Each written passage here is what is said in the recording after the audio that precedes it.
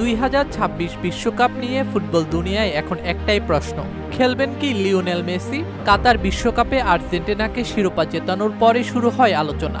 আর দেখা যাবে কি বিশ্বমঞ্চে তাকে? তখন উত্তর ছিল ধোঁয়াশায়, কিন্তু এখন চিত্রটা অনেকটাই পরিষ্কার। আর্জেন্টিনা ফুটবল অ্যাসোসিয়েশনের প্রধান বিপণন কর্মকর্তা লিওন্দ্রো পিটারসেন স্পষ্ট করে বলেছেন, মেসি শুধু খেলবেনই না, অধিনায়ক হিসেবে থাকবেন দলের নেতৃত্বে।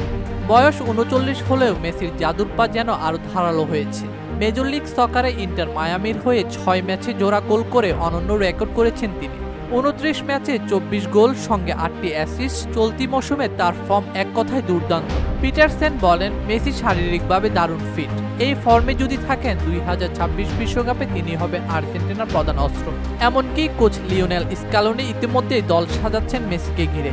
তবে শোনা যাচ্ছে বিশ্বকাপের প্রস্তুতি নিতে আবারও ইউরোপে ফেরার কথাও ভাবছেন মেসি। সম্প্রতি তার সাবেক সতীর্থ ফাব্রেগাসের সঙ্গে দেখা করাকে ঘিরে জল্পনা তুঙ্গে। তবে যুক্তরাষ্ট্র যখন এবারের আয়োজক, তখন পরিচিতি, পরিবেশ আর মার্কেটিং দিক বিবেচনায় মেসি কোথাও যাচ্ছেন না বলে মনে করেন অনেকে। বরং আয়োজকরাও চাইছে মেসি থাকুক বিশ্বকাপের মুখ হয়ে।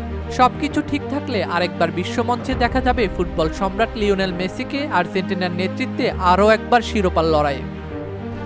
ডেস্ক রিপোর্ট, দৈনিক দেশকাল।